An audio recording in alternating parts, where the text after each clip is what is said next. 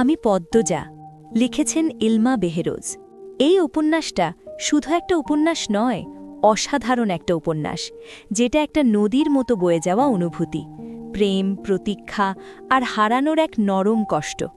আমি আজ শুরু করছি সেই পথ চলা। চলো একসাথে হাঁটি প্রথম পৃষ্ঠায়। পর্ব ১। ফাহিমা ক্লান্ত হয়ে ধপ করে ফ্লোরে বসে পড়ল। হাত থেকে লাঠি পড়ে গিয়ে মৃদু আওয়াজ তোলে। তার শরীর ঘেমে একাকার। কপালের বিন্দু বিন্দু ঘাম হাতের তালু দিয়ে মুছে বার কয়েক জোরে জোরে নিঃশ্বাস ফেলল। এরপর চোখ তুলে সামনে তাকাল। রিমান্ডে কোনো পুরুষই টিকতে পারে না। সেখানে একটি মেয়ে আজ ৪ দিন ধরে রিমান্ডে।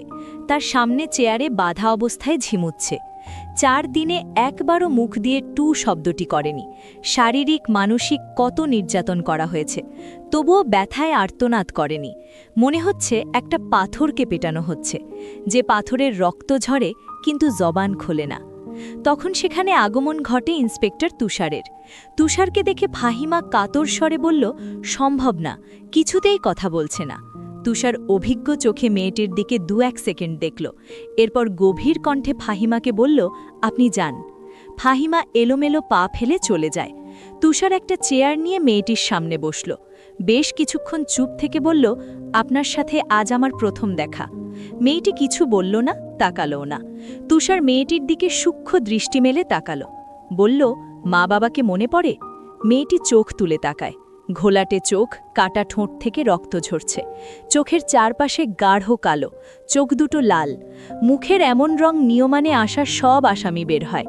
তুষার মুখের প্রকাশভঙ্গি আগের অবস্থানে রেখে আবারও প্রশ্ন করল, মা বাবাকে মনে পড়ে?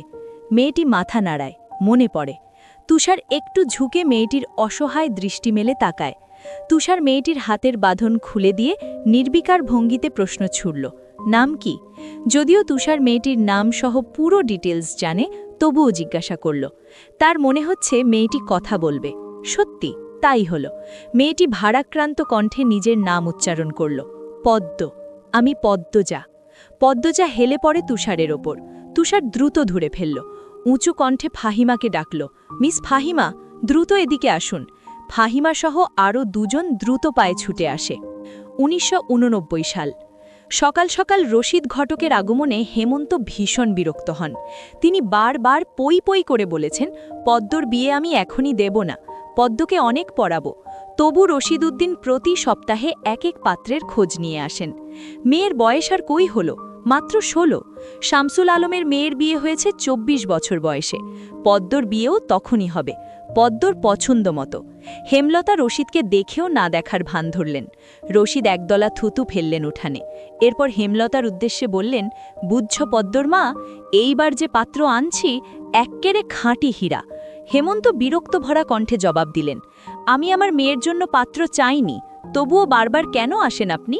যুবতী মাইয়া ঘরে আহুন ভালা না। মেয়েটা তো আমার, আমাকেই বুঝতে দেন না। হেমন্তের কণ্ঠে বিরক্তি ঝরে পড়ছে। রশিদ অনেক চেষ্টা করেও সুবিধা করতে পারলেন না। ব্যর্থ থমথমে মুখ নিয়ে সড়কে পা রাখলেন। প্রতিদিনই কোনো না কোনো পাত্রপক্ষ এসে হাতে টাকা গুজে দিয়ে বলবে, মুর্শিদের বড় সেরিডারে চাই। রশিদ নিজে নিজে বিড়বিড় করে আওড়ান, গ্রামে কি আর সেরি নাই? একটা সেরি কেন সবার চোখে পড়তে হইব? চাইলে কি সব পাউন যায়? পূর্ণা স্কুল জামা পরে পদ্মজাকে ডাকল, এ আপা, স্কুলে যাবি না আবারে? পদ্মজা পিটকুট করে চোখ খুলে কোনো মতে বলল না। পরপরই চোখ বুজে ঘুমে তলিয়ে গেল। পূর্ণা নিরাশ হয়ে মায়ের রুমে আসে, আম্মা, আপা কি স্কুলে যাইব না? হেমলতা বিছানা ঝাড়তে ঝাড়তে পূর্ণার দিকে কড়া চোখে তাকান। রাগে স্বরে বললেন, যাইব কি যাবে বলবি? পূর্ণা মাথা নত করে ফেলল। হেমলতার কড়া আদেশ, মেয়েবের পড়াশোনা করাচ্ছি, অশুদ্ধ ভাষায় কথা বলার জন্য নয়, শুদ্ধ ভাষায় কথা বলতে হবে। পূর্ণাকে মাথা নত করতে দেখে হেমলতা তৃপ্তি পান। তার মেয়েগুলো মান্যতা চিনে, খুব অনুগত। তিনি বিছানা ঝাড়তে ঝাড়তে বললেন, পদ্মর শরীর ভালো না, সারা রাত পেটে ব্যথায় কাঁদছে, থাকুক, ঘুমা। পূর্ণার কৃষ্ণ বোন বুঝে যায় পদ্মজা কিসের ব্যথায় কেঁদেছিল। সে রাতে নানাবাড়ি ছিল বলে জানত না। ভোরেই চলে এসেছে নানাবাড়ি। হেঁটে যেতে হয় ৫ মিনিট লাগে। পূর্ণাকে চুপচাপ দাঁড়িয়ে থাকতে দেখে হেমলতা বললেন, তুই যা, মাথা নিচু করে যাবি, মাথা নিচু করে আসবি। আচ্ছা আম্মা। পূর্ণা রুমে এসে আয়নার সামনে দাঁড়ালো। নিজেকে খুঁটিয়ে খুঁটিয়ে দেখল। এরপর গত মাসে মেলা থেকে আনা লাল লিপস্টিক গাঢ় করে ঠোঁটে মাখে। 14 বছরের পূর্ণার ইদানিং খুব সাজতে ইচ্ছে করে।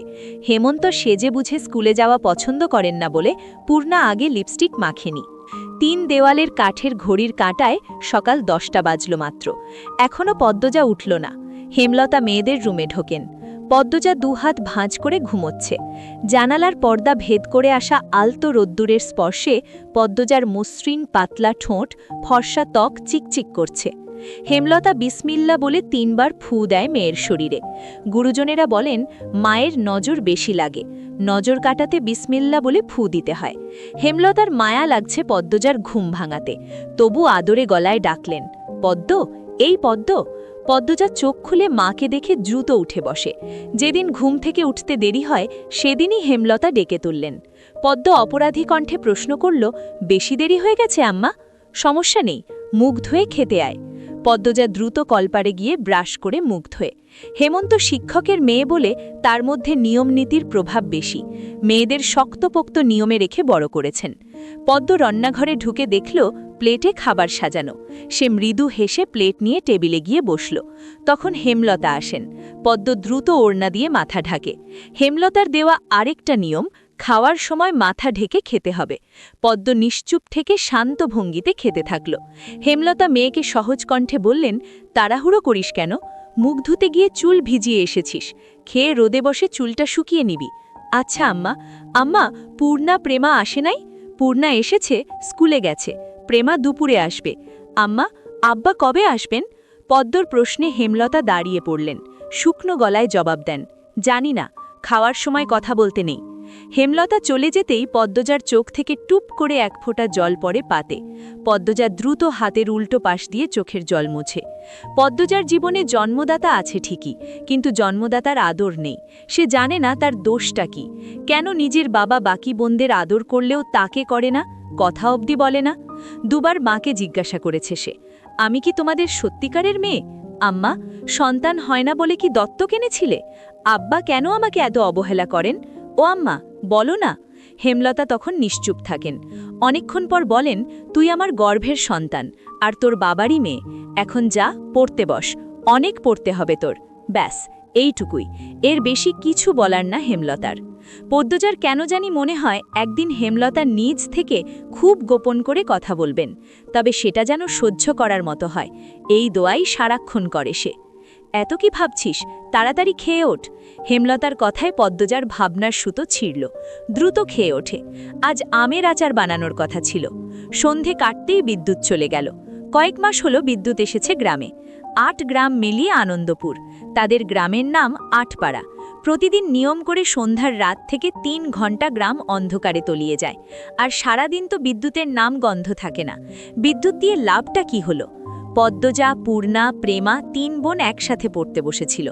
বাড়ি অন্ধকার হতেই 9 বছরের প্রেমা খামচে ধরে পদ্মজার ওড়না।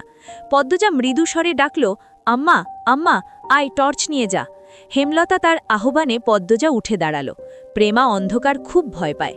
পদ্মজার ওড়না ছেড়ে পূর্ণার হাত চেপে ধরে। টর্চ নিয়ে রুমে ঢোকার মুহূর্তে পদ্মজা গেট খোলার আওয়াজ পেল।